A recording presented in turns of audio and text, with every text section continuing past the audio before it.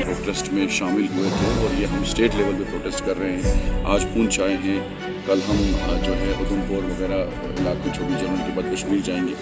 हमारा मानना है गुलाम नबी आज़ाद साहब का एक ख्वाब था कि जो गरीब तबका है, कई सालों से उनके पास ज़मीन है, उसमें उन्होंने मकान बनाए हैं, उसमें अनाज उगाया है, होली एंड सोली डिपेंडेंट है उन ज़मीनों पे। हम नहीं कहते कि जो लोग 500 कनाल ज़मीन जिन्होंने हड़पी है, 1000 कनाल ज़मीन हड़पी है, उनके खिलाफ कार्रवाई करिए और कैटेगराइज करिए कि किस तबके को आप छेड़ेंगे या नहीं छेड़ेंगे। इन्होंने तो वादे किए थे कि हम 15 लाख भी देंगे। हम सरकार पे यकीन नहीं रखते। हम चाहते हैं, जैसे चिप साहब ने कहा, हमारे जनरल सेक्रेटरी हैं पार्टी के, इन्होंने कहा कि वाइट पेपर आना चाहिए। सरकार जो है एक नया ऑर्डर निकाले, फ्रेश ऑर्डर निकाले, जिसमें ये कहें कि हम गरीब तबके कानून पे कानून आ रहे हैं। जम्मू कश्मीर में एक्सपेरिमेंट हो रहे हैं। एक जो गवर्नर आते हैं सत्यपाल मलिक साहब, वो एक्सपेरिमेंट करते हैं तो वो चले जाते हैं फेल होके। फिर दूसरे मुर्मू साहब आते हैं, वो एक्सपेरिमेंट करते हैं जम्मू कश्मीर में, वो फेल होके चले जाते हैं। अब मनोज सिन्हा साहब जो है तीसरा एक्सपेरिमेंट कर रहे हैं, ये भी फेल हो चुके हैं क्योंकि जम्मू कश्मीर की आवाम सड़कों पे है। यहाँ आप देख सकेंगे, आप अपने कैमरा में दिखाइए कि सारा जो सभी लोग जो हैं ये गरीब तबके के लोग हैं। यहाँ कोई आपको वो जो है बड़े बड़े महलों में रहने वाले लोग नहीं मिलेंगे जो हमारे साथ इस कड़ी ठंड में, इस बारिश के मौसम में, इस बर्फ के मौसम में जो सड़कों पे उतरे हैं। तो हमारे कायद गुलाम नबी आज़ाद साहब का मानना है कि जो बड़े बड़े लोग हैं उसमें तो 3 नाम तो सबसे पहले आए हैं। वो भाजपा के दिग्गज नेता हैं, डॉक्टर कविंदर गुप्ता साहब, पहला बिल्डोजर उनके घर पे लगाइए, और निर्मल सिंह साहब जो भाजपा देशभक्ति के इतना डोल पूरे देश में पीटती है, तो उसमें डॉक्टर निर्मल सिंह ने आर्मी की जमीन पे अपना घर बनाया है। तो दूसरा डोजर जो है उनके घर पे चलाइए।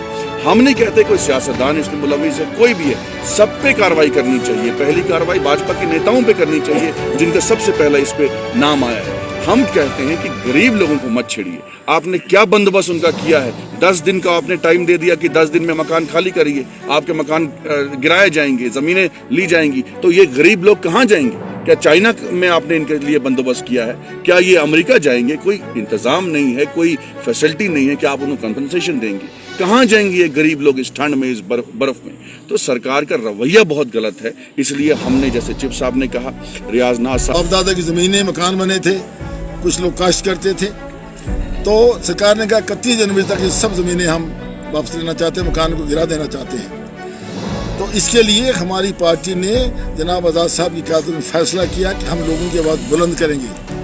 आज हम यहाँ पहुँचे हैं आज़ाद साहब की डायरेक्शन पर, और जनाब रियाज नाज साहब के साथ कंधे से कंधा मिला करके पुंछ के लोगों का साथ देने के लिए, उन गरीबों का जिन गरीबों पर सरकार की नज़र है। ज़मीन हमारी है, ऐसा नहीं कि सरकार का कानून ऐसे बनाए कि सरकार ज़मीन सरकार ले ले। ये होने वाला नहीं। ना हम मकान गिराने देंगे, ना हम सरकार को ज़मीन लेने देंगे।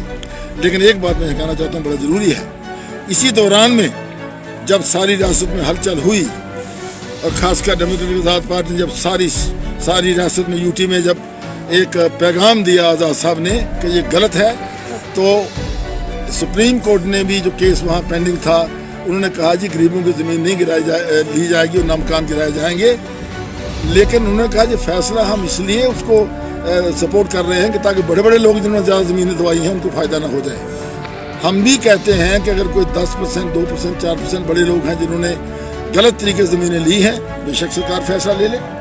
लेकिन किसी गरीब का मकान गिराना, या बर्फ़ गिरती है, पानी होता है, बारिशें होती हैं, सर्दी का मौसम है, और उसकी ज़मीन ले लेना, इसको कतई बर्दाश्त नहीं किया जाएगा। और हम, जैसे मैंने कहा कि हम सभी जो लीडर मेरे साथ आए हैं, जहाँ हमारे जुगल किशोर जी हमारे सूबाई सदर हैं, सलमान निज़ामी साहब हमारे जो हैं ये चीफ स्पोक्समैन हैं, हमारे साथ XMLA अशोक कुमार जी हैं, हमारे साथ मलिक साहब हैं, एडवोकेट जो हमारे यहाँ के जोनल प्रेसिडेंट हैं, मकसूद चौधरी साहब हैं, सोबत अली साहब हैं, और जहाँ के जितने भी लोग नुमाइंदे हैं। आज हम जो आवाज़ यहाँ रियाज साहब ने उठाई है, हमारे साथ मिल कर के हम जो मेमोरेंडम उन्होंने दिया है DC साहब को, LG साहब को पहुँचाने के लिए, हम भी अपनी पार्टी की जो हाईएस्ट फोरम है, हम भी इसके साथ अपनी आवाज़ को बुलंद करते हैं। और हम कतई भी सरकार को ये फैसला नहीं होने देंगे, और सरकार से अपील करते हैं कि सरकार कैटेगराइज करे किन के मकान गिराने हैं, किन की ज़मीनें लेनी है।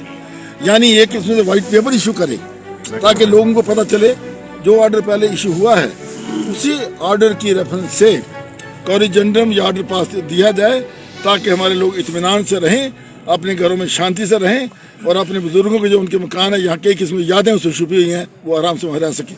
बहुत एक चीज़ जानना चाहेंगे कि नहीं समझा कि बीजेपी ने कोई आवाज़ उठाई है। मैं तो समझाऊं कि बीजेपी एक पार्टी की ही ये देन है, एडमिनिस्ट्रेटर